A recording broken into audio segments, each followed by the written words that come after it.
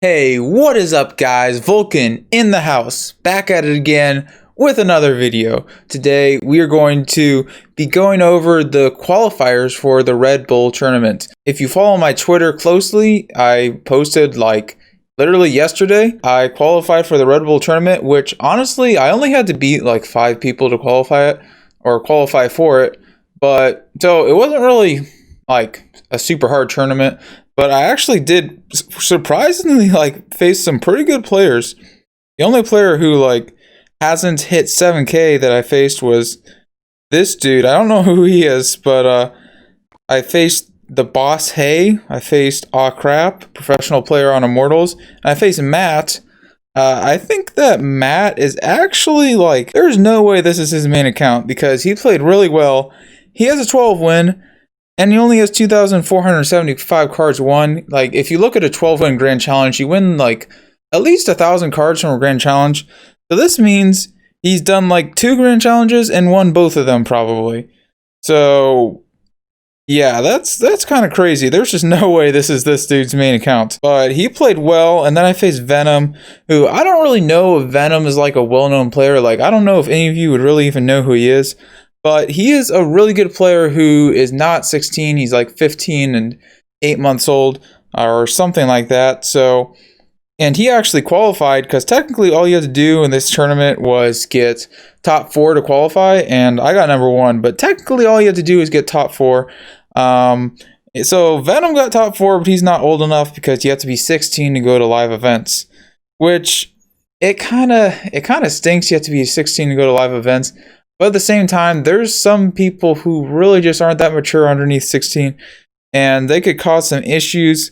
So it kind of sucks for the people who like are mature and under 16, but some under 16-year-olds, I can completely understand it. I personally, I don't know if I would have sent my 16-year-old self to a live event. I don't know if it's really a good idea. So the rule, it like sometimes it stinks, but it definitely, the rule makes sense. But yeah, we're gonna start off with the Boss Hay matches. Fortunately, I did not lose that much in this tournament. I only lost 2 games all tournament. So that actually, in the finals were versus No Candy, only Wi-Fi. But we kind of, yeah, we were kind of messing around. We made an agreement to just not switch decks, because he wanted to, you know, be well known for being a one trick. So yeah, the first match was against Porygon Gamma. Not going to go over that. Second match was against Twitch Boss Hay. So I started off this with this Ram Rider Lightning deck. It's a very good deck. You guys could definitely pick it up and use it. It's like the only deck right now that Healer is even good with. Or, I mean, technically Elixir Golem kind of okay with Healer, but since a nerf, it's not the best. So I would say this is like hands down the best Healer deck in the game. You can also use it with like Night Witch, Barb Barrel for arrows. So Night Witch for Inferno Dragon, Barb Barrel for arrows, and Fireball for lightning. Or no, Magic Archer for arrows. Yeah. Okay, so starting off there, you can see I started off with a Bandit, and then the reason, so I already know it's Lava Hound at this point. The reason I go the Ram Rider in the back is because he didn't have a building in hand, so I knew it would kind of like force an awkward cycle out of him.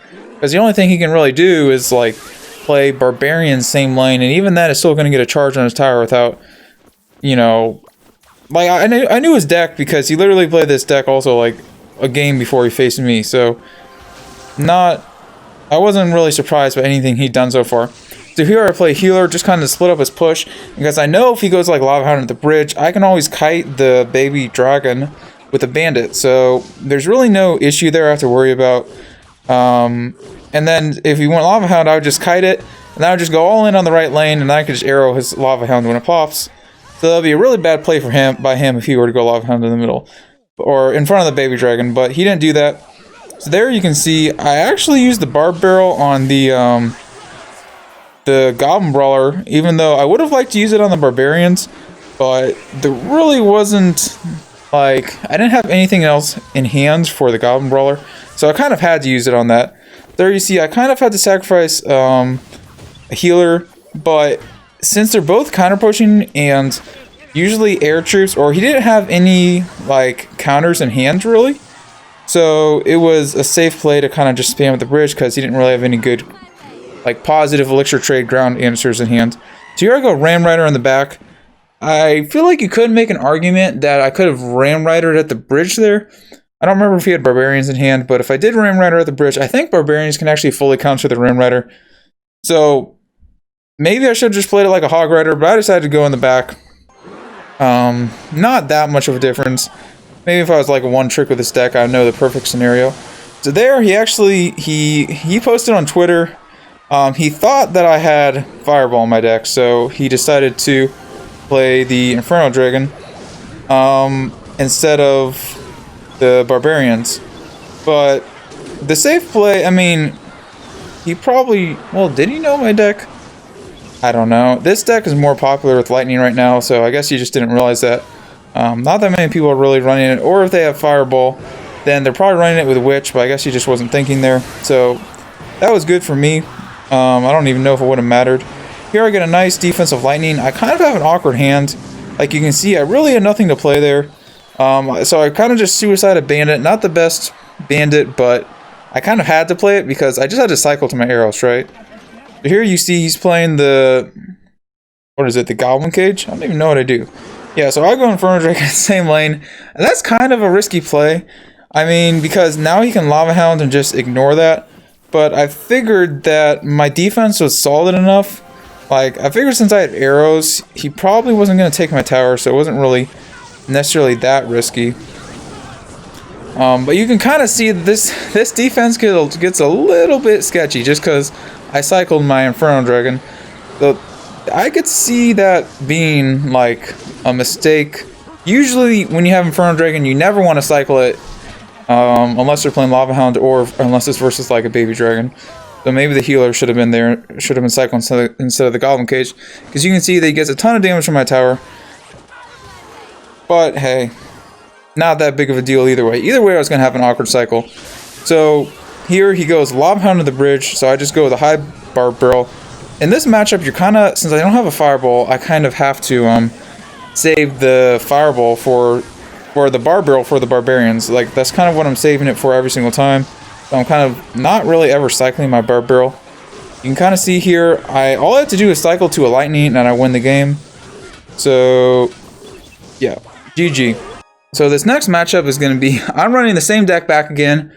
And he switched to Graveyard, which I don't know if he thought that this Graveyard deck was going to counter Ram Rider, but this Graveyard deck definitely does not have a good matchup versus Ram Rider. Like, absolutely terrible, because you don't have a log, so you can never, like, stun the Ram Rider if you don't have the Bomb Tower in cycle or the Tombstone in cycle. So we're just going to speed that up a little bit.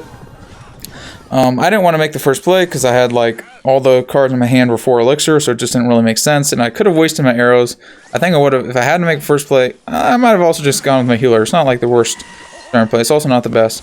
So I already see that he has this, and I knew that he likes Graveyard, so I decided, okay, so versus a Graveyard deck, or versus, like, a control deck, like, you kind of do the same thing versus Minor Cycle. It's okay to play Rain Rider in the back, because basically what you're going to do is you're kind of blocking a lane, and you're going to force them to play a building. There's really no way for them, in a control deck like this, with no log, to kill a Rain Rider without the building. So it kind of forces their response, and it forces them to not have a counter push. So it's just a really good card to, like, cycle in the back, where you wouldn't do it in a lot of matchups, but versus matchups with, like, buildings, like you saw me doing it versus the Lava Hound deck, you do it. Basically, also versus matchups, like, you don't need to save the Ram Rider for defense. So here you see on split lane pressuring. Did I need to split lane pressure there? Yeah, I think so. It splits up his push. You can see he has to waste a Bomb Tower, like, he completely kind of has to overcommit on this defense. And if I played the same lane as the healer, then he would get splash-like value.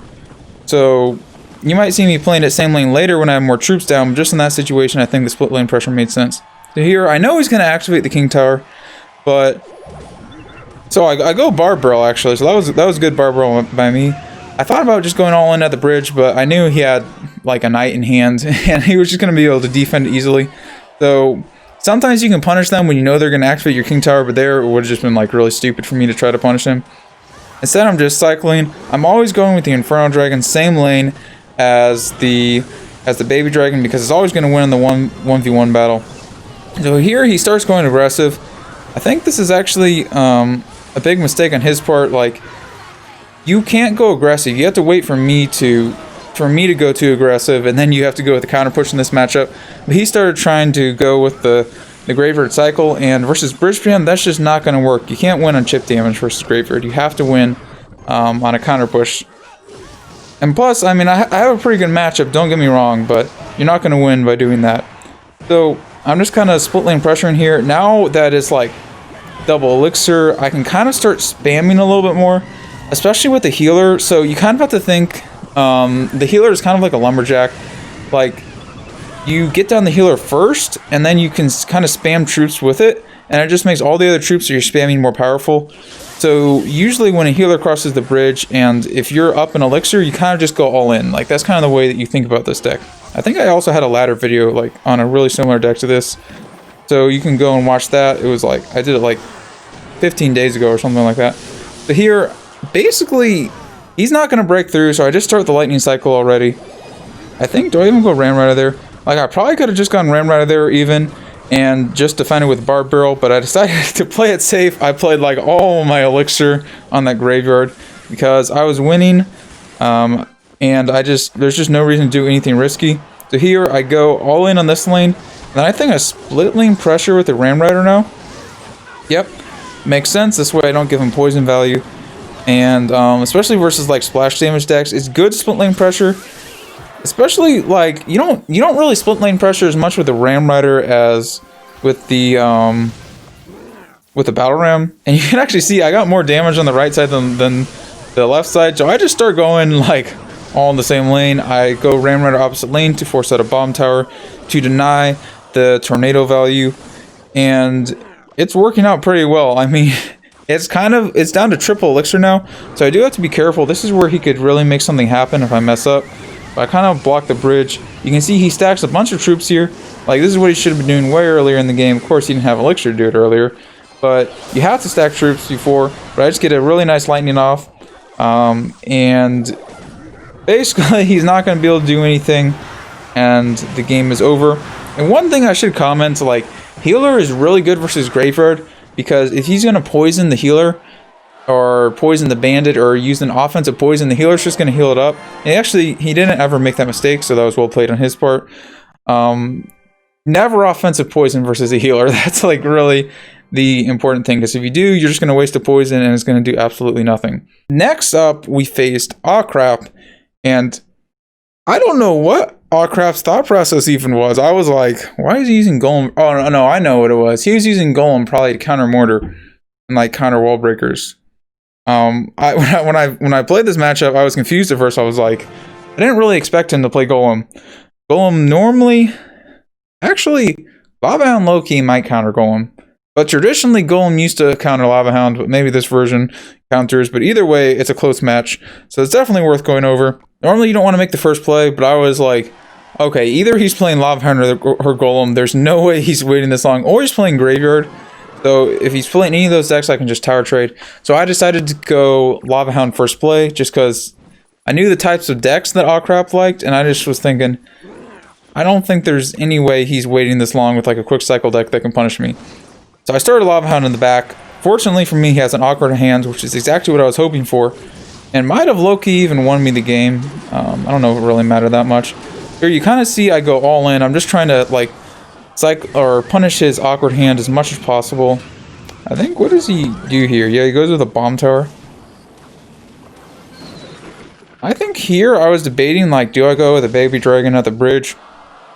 Looking back on it, yes, it definitely would have been a mistake, so that was well played by me not to do that. I was low-key tempted here to go, like, baby dragon in the back and the Lava Hound at the bridge, but I didn't want to do anything stupid, and I think that would have been a stupid play, but it was tempting, like, not gonna lie, because the problem is the Goblin Brawler, or no, the Goblin Cage, it'll, like, the lifetime won't even be there when the Golem crosses, so it's not even going to pull the Golem, so that's kind of unfortunate. But, hey, I think it was the right call on my part. It would have been stupid to do anything else. Here you can see, I just kind of stack a bunch of troops. I get a nice... I actually really like the Fireball Arrows combination because, first of all, it kills an Electro Dragon. And second of all, you can see, like, it kills a Night Witch. I killed both Night Witch and Mega Minion. Like, anything that dies to a Lightning will die to Fireball Arrows. So it's just actually a really nice combination to have in your deck in, like, a heavy beatdown deck like this. And you can see that those... Also, my Barbarian's got a ton of value because he doesn't have, like, a poison or anything. Here he goes, an aggressive Golem at the bridge. I think he actually probably gets a decent amount of damage on this push. Like, I didn't really have anything too amazing to counter this. I also think I played my Inferno Dragon on the wrong thing. Yeah, I played it on the Baby Dragon when I probably should have played it on the Golem right away. I don't know if it really made a difference. It actually might have helped me, to be honest. But I decided also there, I used that Fireball. The thought process was that Bomb Tower was just going to deny, like, all the Lava Hound chip damage. And then you see I also go with a Lava Hound at the bridge. So definitely getting a little bit aggressive on my part. He decides to use a Bomb Tower. I think... Well, yeah, he didn't even play that Bomb Tower early enough. So that Bomb Tower was definitely a mistake on his part. Either shouldn't have played it or should have played it earlier. I don't even know if my Lava Hound at the bridge was good. I think I maybe should have just reset the Lava Hound. It's kind of hard to say. I'm not really a Lava Hound one trick. I'm a lot better at it than I used to be. I'm actually pretty good at it now. Like, I used to be terrible at it. But I'm definitely not the best Lava Hound player in the world. So, he goes Golem, and I already played those Barbarians in the back because I had an awkward cycle. I just decided to Lava Hound the bridge. Unfortunately, just because my deck is so expensive, I get awkward cycles, and you kind of have to Lava Hound the bridge sometimes, even though traditionally Lava Hounding at the bridge is a stupid play. But it was like, well, what else am I supposed to do in that situation? So here you go, I go with a high Inferno Dragon. He decides to Tornado. I was waiting on the Golem Cage because I didn't want to give him lightning value. But as soon as that Tornado came down, I just instantly went with the Golem Cage. I also Barbarians, even though it would have died, I just wanted to DPS it down, like, really quick in case he lightning the Golem Cage, because it'll one-shot the Golem Brawler. So I just wanted to be safe there. You can see the game is almost over. I even decided to Fireball the Night Witch there, which also could have been a minor mistake. But I just have so many troops on the field, I was like, I really want to try to get my troops to the tower. It's kind of, at that point, it's kind of just a gamble of whether your troops are going to get to the tower or whether your spells are going to do the damage. But I do manage to clutch the win. So I would say maybe a couple tiny mistakes from each of us. But overall, I think both of us played it pretty well. And I'll take the win. I will. Man, all crap was going hard for the Mortar Snipes. I don't know why he was playing. Dude, it's kind of annoying. Not everybody. A lot of people placed me on Mortar. And honestly, I wouldn't even necessarily say Mortar's my best deck. I just like playing it a lot. Like, it's really fun to play. But I also am pretty good at it. So, here you see I start Mortar first play. And this is, like, it's not a super hard counter because I don't have Rascals. If I had Rascals, it would be a super hard counter. Prince kind of helps me. So there you see, he used his Skeletons. This is a really aggressive play by me. But I know exactly what his deck is. He used his Skeletons, so I knew the only thing he can counter a Prince at the bridge with is a Furnace or a Royal Giant. So when you're playing like Mortar, you have to really keep track of your opponent's cycle and be thinking about things like that. Because you have to punish at the bridge versus decks that kind of counter you like this. Because if you don't, you're just going to lose. So there you saw, I'm getting a ton of damage. Like, I would not have won this game if I had not gone Prince Minor at the bridge there. Does that survive? No, it doesn't survive. And here you see he also doesn't have the login cycle. So I intentionally used the Goblin Gang, like, with my... And I actually didn't protect the Firecracker. But if I had, it would have been really good. It would have actually been a lot better for me, like a lot of damage on his tower. But... yeah, you can, like, I knew his log is in a cycle, so then I'm willing to play Goblin Gang and just, like, play a lot of troops here. So here, also, I baited out his Skeletons. It was, like, that's definitely a mistake on his part. It's really hard to know, like, to expect that unless you just played Mortar a lot. But I played that Barbarian with the intention, I'm like, if he uses Skeletons, I'm instantly going Prince at the bridge opposite lane. That's kind of how you have to play this deck. Like, you have to punish them whenever they mess up their cycle. So here, I'm seeing if I can trick him into using the Skeletons again. He does use the Skeletons again. I think I don't punish this time, though, because I'm not really up Elixir. Well, you can see we're even Elixir, but he has a Furnace on the field, so I decided not to punish. I would have done it if the Furnace hadn't been on the field, or if I'd been up Elixir. So instead, I just go with Minor Bats. I play the Bats instantly as soon as you place a Baby Dragon. I also kind of like, I think I might have even played those best before he played it, because I kind of expected him to play the baby dragon. I get those nice arrows, just trying to kill the fire spirits. I don't actually know those arrows were amazing, but they worked. So here you can see, does he lightning? Yeah, he lightnings the firecracker. I get the bat sound. You also have to, man, there's just so many cards. Like, Mortar, you just have to abuse their cycle, like, really bad. You can see here, I just really abused Aw Crap's cycle. Like, whenever he didn't have the baby dragon in hand, I was using bats at the bridge or bats on defense. Whenever he didn't have skeletons in hand, I was using the prince at the bridge. So here you can see he had a nice counter push down. This is super important. When you're versus, like, Royal Giant, and you're down elixir, or sometimes even if it's, well, in double elixir, if you're down elixir, you don't want to play your building. Because otherwise they're just going to lightning your building, and they're going to absolutely destroy you. So if you're down elixir, you just have to sacrifice a little bit of tower damage. And then also in single elixir, a lot of times you can just sacrifice a little bit of tower damage, not play your mortar, and then you're going to get a lot more damage than them on the counter push. Especially with like the Prince and the Valkyrie variations, you have to do that. There you see, I just sacrificed a little bit of tower damage, and then now he doesn't have the Royal Giant in hand, so I play the mortar at the bridge, and it also blocks the baby dragon. And I'm pressuring with the mortar, just to, I like to do this just to finish off the tower. I pressure with the mortar and the miner at the exact same time, so that there's no way they can possibly counter both of them, so it's like guaranteed tower damage. And even though I'm overcommitting, it's not a big deal, because if I take their tower, the game's over, so I don't even have to worry about their counter push. So overcommitting is completely fine, like at the end of the game.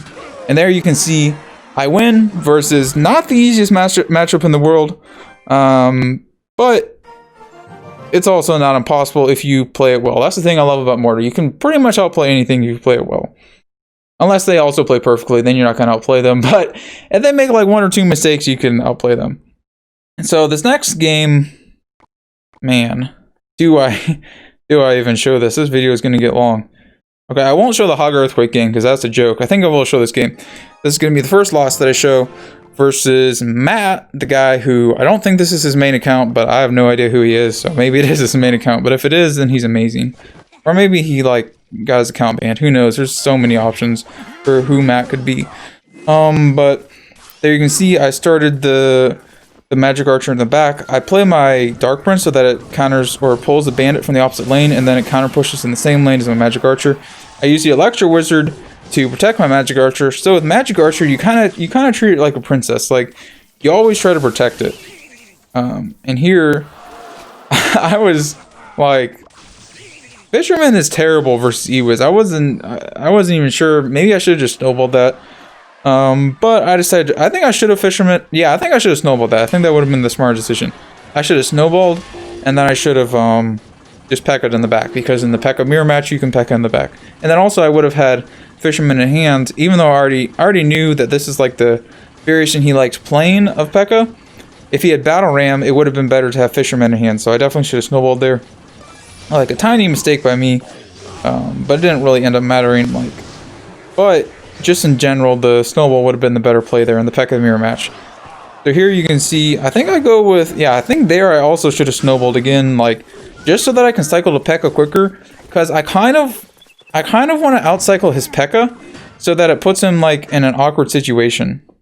And then here you see I don't have really a good answer, so I had to leak a bunch of elixir. So that was definitely another misplay by me. Like, in some matchups you wouldn't be doing that, but in the Pekka mirror match I should have probably been snowballing before anything else. Yeah, and here you can see he actually outcycled my Pekka, so it kind of puts me in an awkward situation. The one nice thing is that Fisherman's actually going to pull his Pekka to my side of the bridge before my Pekka crosses, but I think the Fisherman actually, like, pushed it, so... Oh, my tower does shoot his Pekka, but it's just so high up, it really didn't mean anything. There are also lightning, which I would say is another mistake. Like, you're seeing why I lost this game. I'm just making these tiny, tiny mistakes. I shouldn't have lightninged, because when you want to outcycle someone, you don't want to use your 6 elixir spell. It just costs too much elixir, so I'm never gonna like outcycle his Pekka if I'm doing that. I'm never gonna put him in the awkward situation. You're seeing here, because I wasted that lightning, that I'm having to Pekka high, and then he's winning the Pekka bridge battle. So that's kind of what ended up like costing me this game. I do go for a nice Magic Archer. He doesn't really have anything in hand to counter this, so that's good. But even there, like, yeah, you're kind of seeing, like, I kind of already explained to you what put me in this awkward situation. That lightning. I want to build a bigger beatdown push than him. I'm not trying to get chip damage in this matchup. So what that means is I need to be starting my Pekkas all the way from the back because I have the more expensive Pekka deck. I need to be building the more expensive beatdown push, which I failed to do in this game here. So here he goes, Pekka at the bridge. Good Pekka by him. Like, this guy's playing well. Like, he's honestly not really making any mistakes. Or maybe he's making tiny mistakes. I'm not really paying too much attention to what he's doing. I'm kind of paying more attention to what I'm doing. Here you're seeing, like, I'm using a Ram Rider on defense. Not really the best Ram Rider because he has Electro Wizard. So Ram Rider never really does anything versus Electro Wizard. Then he plays his Electro Wizard high. And I think he probably just minor chips me out at this point. Maybe I defend a little bit. Like, you can see how close this matchup is. If I had played this game perfectly, I definitely could have won it. Let's see. Yeah, so there are snow... No, I don't even snowball. I Electro Wizard. I probably should have just prediction snowballed it. Low-key, like, I almost won here. I think, yeah, he was poisoned. Like, I actually might have won if I had... Well, no, would I... No, I think I would have won if I would have snowballed first. Man, there's just, like, I would say four tiny mistakes, but I mean, you can't really ever expect in a competitive matchup to play the game perfectly. Like, it's just not going to happen, because if you practice the deck good enough to where you play it perfectly, then people probably know that you play it. So, a lot of competitive is just, like, choosing your deck so that you get a good matchup so that you don't have to play your deck perfectly. You just have to play it, like, really close to perfect. You can play it, like, where you make 2 to 3 mistakes in a game as opposed to making like 10 mistakes in a game, or playing a deck perfectly and then just getting hard countered. So here we go. He starts off the game with the goblins at the bridge, so I go with knight. He already just get a nice value fireball. And another mortar matchup. You guys will probably like this because everybody loves mortar, I think. I don't know, my mortar videos always get a lot of views. Well, the Hog Mortar videos get a ton of views. Like, for some reason, people love Hog Mortar. And I mean, I love it too. It's like probably my favorite deck to play, honestly. So here you're seeing I play a High Musketeer. I'm just kind of defending so far. Like, I didn't have Mortar in starting hand, and he made the first play, so just playing it slow. There you can see I Mortar at the bridge in the opposite lane. And I don't even know why I did that. I think I just reached 10 elixir before he played his miner. I didn't want to play it same lane, so opposite lane was the play. There you see I actually made a bad snowball here. So I should have just eaten that tower damage because, as you can see in my hand, I have no other counter to bats. So that snowball was a mistake. And since I just went aggressive with my Hog Rider, like, I should probably be sacrificing a little bit of tower damage. And the Musketeer wasn't even full health, so it wouldn't have got that much damage anyway. So that snowball was a mistake, like a tiny mistake. That didn't like lose me the game or anything, but I would definitely say if I were to play this game, I would not do that again. So here he does a really good decision. He goes, I was kind of like, this isn't a big name guy, so I was kind of thinking like, there's no way this guy's smart enough to punish me there. But no, he made the super smart decision. He attacked with minor bats at like 5 elixir and punished me for not having snowball or any other answer to bats in hand. That was super well played on his part. So here I was getting kind of scared. I was like, oh shoot, am I going to lose to some guy who I've never even heard of in my life? But hey, we're going to make this comeback. Or not really comeback. We're still winning, so it's like not even that big of a deal. So here I was going to play Mortar. You want to play Mortar first before Hog, because you want to bait out his Mortar so that he doesn't have an answer to your Hog Rider.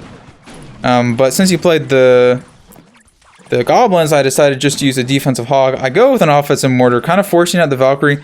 This is important. Like, I knew his hand. I knew his hand was like Valkyrie, Musketeer, Miner. I knew it didn't have really anything else in hand.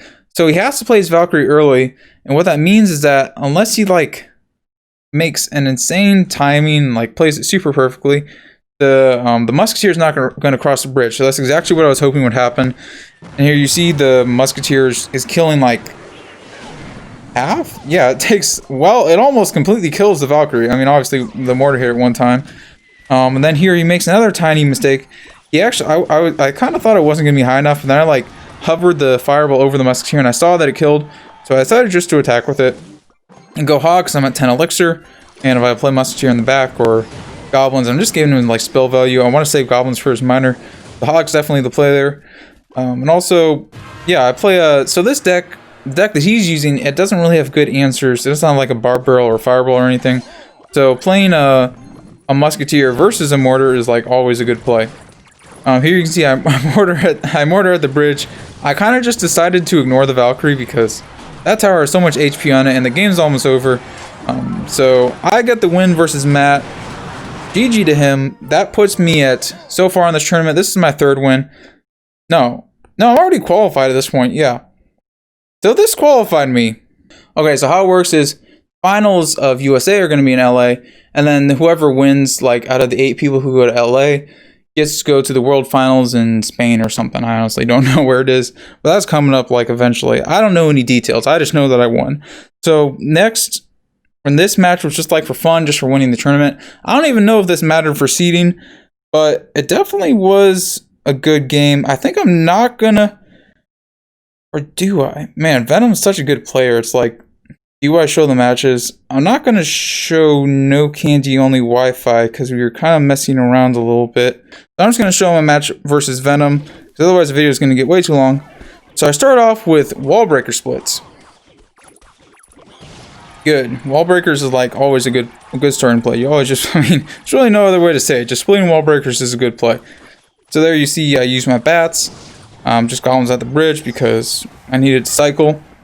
I play the firecracker because I needed to cycle. So here, he kind of went with an aggressive graveyard. And I mean, is that a bad play? I probably wouldn't have done that if I was playing. But I wouldn't necessarily say it was like a bad play. So here he makes, because I didn't really have any like goblins or bats in hand, so I think that's why he did it. So here he goes with the King Tower activation, so really well played by him. I tried to punish him at the bridge because, like, hoping that he wouldn't have enough elixir somehow, but obviously he had enough elixir, like, he had so much elixir. But that wasn't a bad play anyway. Like, I just kind of wanted to switch lanes, pressure him, allow him not to stack up a big push. So here you see he reaches 10 elixir before I do. So I said, like, since, like, sometimes you can punish at the bridge, but right now he had the elixir advantage, so you always want to defend first when they have the elixir advantage. Just go Valkyrie same lane, go with the Rocketeer dude, and this time I actually have goblins in cycle, so I decide to, especially in in double elixir, I might not have done that, but in single elixir, the play if you have goblins in cycle is always just use goblins on the graveyard. Like, it's a positive 3 elixir trade and your goblins counter push. Goblins are just like one of the, probably not one of the best, I think they're the best answer to graveyard in the game. So I get that, even though I could have poisoned, goblins are just cheaper and just make more sense to do. And you saw I really quickly pressured the opposite lane. That way if he poisoned the goblins, they're still going to kill his graveyard. I wasn't really worried about that. But also I would get a ton of damage on his other lane, so you wouldn't have any elixir to defend my push. So here you see, I decided to go with an offensive poison just because I'm so confident in my graveyard defense. I'm like not even worried. Like if he were to poison those goblins there, I just had Valkyrie coming up next card, so not a big deal. I played the bomb tower. That's the best position to play bomb tower versus like graveyard deck. You see I go here with probably an offensive poison again. Yep, just because I'm confident in my graveyard defense. Like even if he poisons on defense, I can just use bomb tower Valkyrie to completely counter the graveyard for like not even that much damage. So it's just really not that big of a deal. I think I'm honestly just gonna fast forward the rest of the game, or I'll fast forward a little bit. Here you see I actually decided to split lane pressure because, or is it split lane? I guess switch lanes, because he used his Barb Barrel and I didn't want him to build up a big push. Like that's super important versus graveyard. Can't let him build a big push. There he tried to bait me out. He tried to, what he was thinking there is that I would block the baby dragon at the bridge with the bomb tower, but there's really no reason to do that because I have poison in my deck. That would have been like, that's like kind of how you have to beat it if you, or how, like if I didn't have poison in that deck, in my deck, I probably would have bomb towered at the bridge, but since I do, I wasn't really that scared of it. And here you're seeing like, I'm basically just, yeah, chipping him out, always saving my poison unless he plays an Ice Wizard, and then I'm just poisoning the Ice Wizard on offense because why not? I even play my goblins into the poison there just to like cycle because I reached 10 elixir and because they don't instantly die, so it's not even that bad of a play. And I think, yeah, I could have firecracked there and like low-key finish the game, but also I had to be careful because he predicted that. And that could have been like really bad for me, and I would have just wasted a bunch of elixir. Here you're seeing I'm again not even using my my poison because I don't have to. You only have to use poison like if you don't have like any other card in hand to defend graveyard. That's kind of how it works with a poison deck. Like, or unless you're like say you have minions and you're positive they're gonna like pre-poison to kill your minions, then you want to poison on defense. Like if you have like Pekka minions or something. But other than that, if you have an answer in hand to graveyard, then it's usually better to use that answer as opposed to the poison spell. So there we go. Got a good matchup, good win. Here I went with Hog Poison, kind of thinking Venom's not using a lot of buildings, and even the deck he does use buildings. It's graveyard, so Poison would be more useful than Earthquake in that matchup anyway. So, but honestly, Poison did nothing in this matchup. I was kind of thinking like I knew he could possibly use his deck, so maybe this is actually a bad deck choice by me. But it's kind of a close game either way. But I think Venom finished like top 20 last season with Pekka, so he's a really good Pekka player. So he definitely played this game like amazing.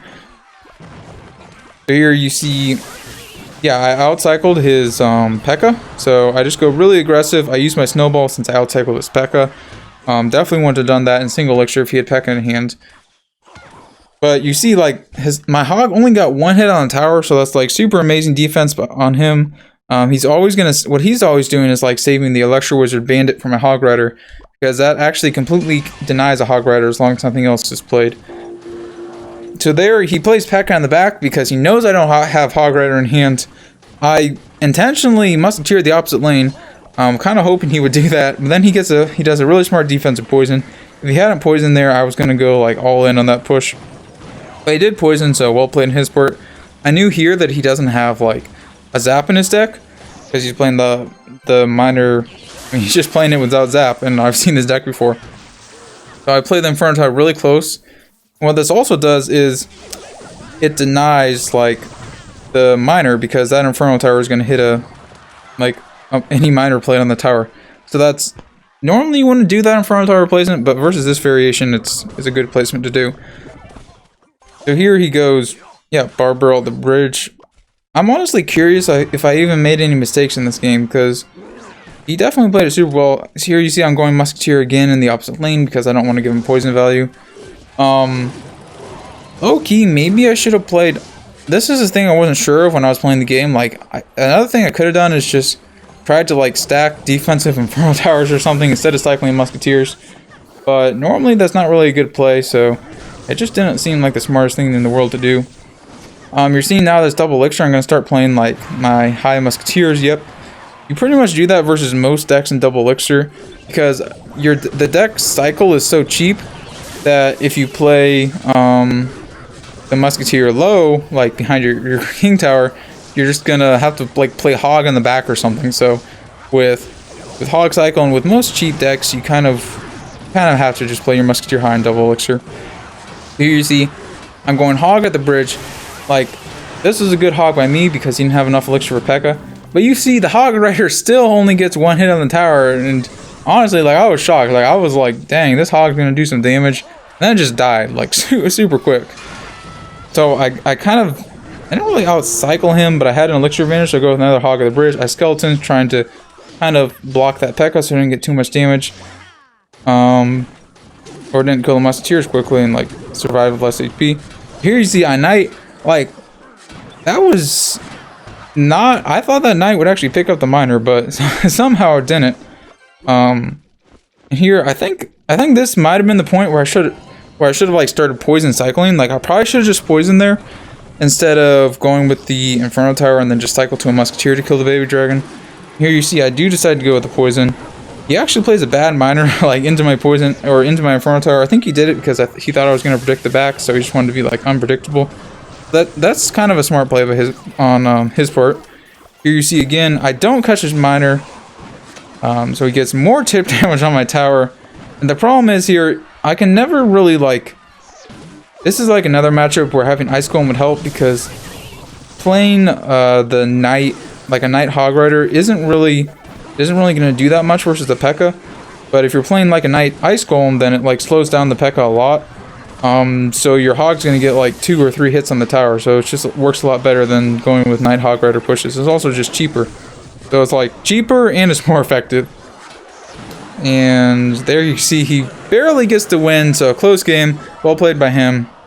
And smart, yeah, I mean smart played by him, because even though I outcycled his Pekka a bunch, and even when I didn't outcycle his Pekka, if you want to do this with Pekka, if you can defend with just like Bandit Electro Wizard, it's a better defense versus the Hog Rider than the Pekka. You only really use the Pekka if they put a tank in front of the Hog Rider.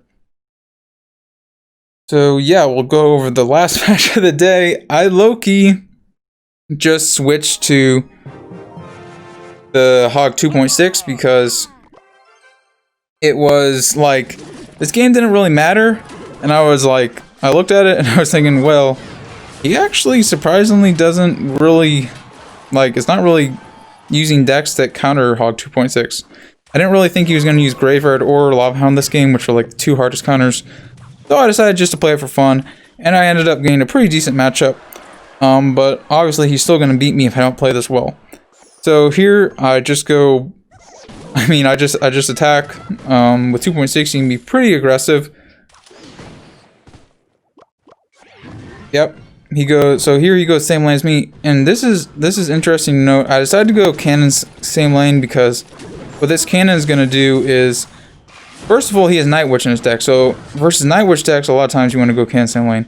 And second of all, it kind of like, if he were to prediction log my skeletons or something, the Hunter would lock onto the Cannon as opposed to the Musketeer, and I wanted it to not hit my Musketeer, so I intentionally played the Cannon same lane there. I go with a Hog again. I kind of like, I just defended and counter pushed. That really was that simple. But if you look at like all the micro placements I did, like I protected my Musketeer with the Ice Golem. That's super important, especially versus like Giant Miner. A lot of the times what you want to do is, if they try to miner your Musketeer, you just like log their miner, because a lot of times you're going to go with like a zap or a prediction log. So you log their miner, try to push it back to buy some time, and then after you log their miner, you like also protect it with like Ice Golem or Skeletons or Ice Spirit, just in case of their prediction log. Where you're playing, well, you're playing your log first, just in case they prediction log. So there you see, I try to kite it. I kind of wonder, I actually don't know. I think that kite wasn't amazing. I probably shouldn't have kited that Baby Dragon. I should have just played the same lane, because then it would have pulled the Night Witch bats in. That was like really the only reason. Here I decided to split lane pressure because I didn't want him to be able to support that Hunter. So even though I wasn't really trying to take the other tower, I just didn't want him to have a big push on the right side. So I just split lane pressure. And also, you don't want to, with Hog 2.6, you never want to get trapped in one lane. You always want to like have an option to go in both lanes, because you have such a cheap cycle that they're always going to have the bigger beatdown versus you. Here I get a nice fireball. I actually missed the Baby Dragon, but it's not really that big of a deal. He gets a little bit of chip damage on my tower, but now you can see his tower is so low, the game's about to end. All I have to do is just get like a couple Hog fireballs, and I'm gonna win. And I'm gonna win the game as long as I don't choke on the other side. So he tries to prediction Hunter. I wasn't even at 10 elixir, so I decided to just fireball cycle him out. I missed that fireball. Not that it even ended up mattering. But at least I hit the tower. So at this point I just need 2 logs, not a fireball. But instead I just go Miner or Hog, prediction log, prediction fireball, kill the Hunter, and I was able to beat Venom in the best of 3. I'll just fast forward this while I end up off the video. So thank you guys for watching. Hopefully you enjoyed the video, learned something from it. Tomorrow I'm thinking my next video is going to be with Ice Bow, as long as I don't like completely, I don't know, tilt using it or something. But yeah, so that's gonna be my next video. I'll probably record it tomorrow. Hope you guys enjoyed this video. Thanks for watching, and Vulkan out.